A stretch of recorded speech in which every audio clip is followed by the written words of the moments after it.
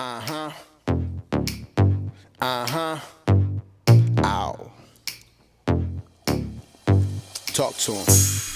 Hello and welcome back, folks, to Four Corners of the Galley movie review. And on this edition, we're doing All Eyes on Me, the untold story of Mr. Tupac Shakur. Now, if you'll just preference me for a second as if you give me a quick minute as I just tell you a quick story of my little backstory of myself and Mr. Tupac Shakur, as you see on my shirt. As a kid, born and raised in Los Angeles, California in the 80s and 90s, and saw the craziness that went around. I am a humongous Tupac Shakur fan. He's actually my favorite rap artist of all time. I grew up in his heyday. The first ever rap single, or the first ever cassette single, let me just preface that I ever received, or cassette tape that I ever received, was actually Tupac Shakur's first ever single cassette, which had Trapped on side B and Brenda's Got a Baby on side A. So I go back all the way. Huge fan of Digital Underground, and loved every single thing that Tupac ever did as far as movie-wise. He was an amazing actor, and you see it more when you get to see a little bit of the story. So without further ado, let's get into the movie.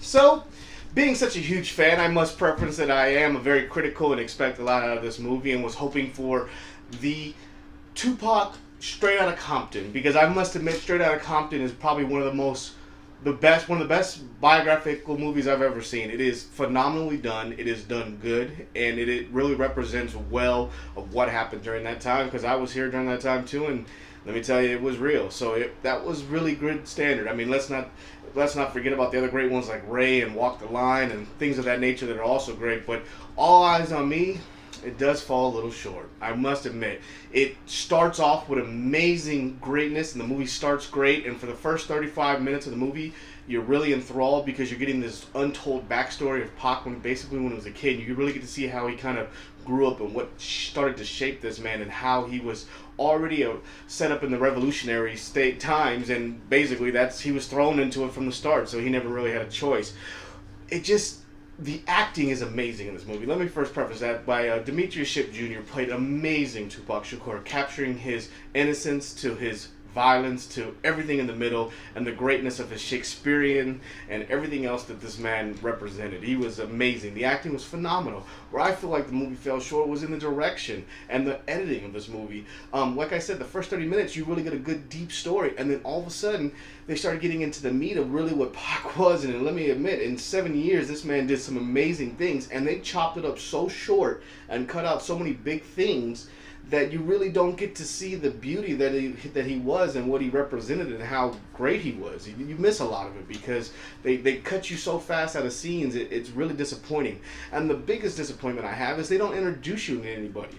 All these great characters and people that were around, that grew up around this time. We're talking Dr. Dre, Snoop Dogg, Daz, Suge, Puffy, Biggie, all the people from the East Coast, all the West Coast. They don't introduce you to any of them. They come on screen, and if you don't know them, Jimmy Iovine, the Interscope president, they don't give you names. They don't give you anything. And I feel like it was just a disservice because he's got the Outlaws with them, and they don't talk about them once. They're just there. I mean, it's just really bad the way they represented the thing.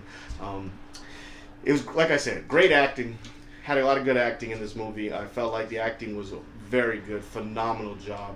I just felt like it fell short in the after part and the story putting together. It just didn't do a good job. I mean, the story is basically based off the Kevin Powell Vibe interview that he did while he was in prison, and they don't even mention Kevin Powell's name or even mention anything about him. He's just some dude, and you're just supposed to recognize that. And there's a couple scenes where you're just supposed to understand nonsense, and it's just supposed to flow right, and that's where I feel like it loses me.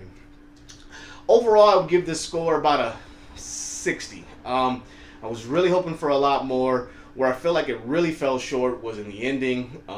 Spoiler. It's not like you guys don't already know. I mean, Pac gets killed in Las Vegas during the Mike Tyson fight.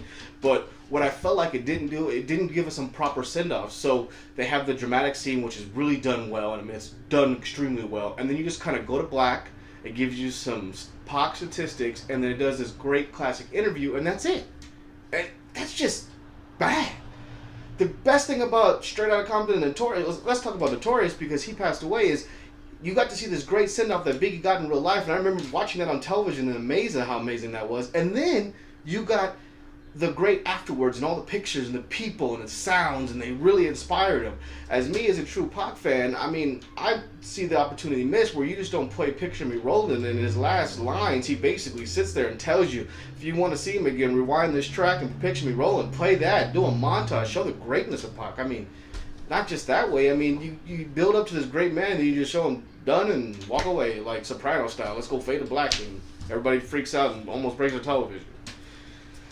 So, sorry to say, folks, it's more in the run-of-the-mill buyout pick.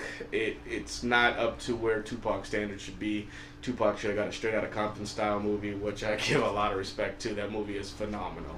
So, until next time, folks, like we do around here, good night, Ted. Hi, I'm RG, and I would like you to like, comment, subscribe, and share. And if you don't, well, you are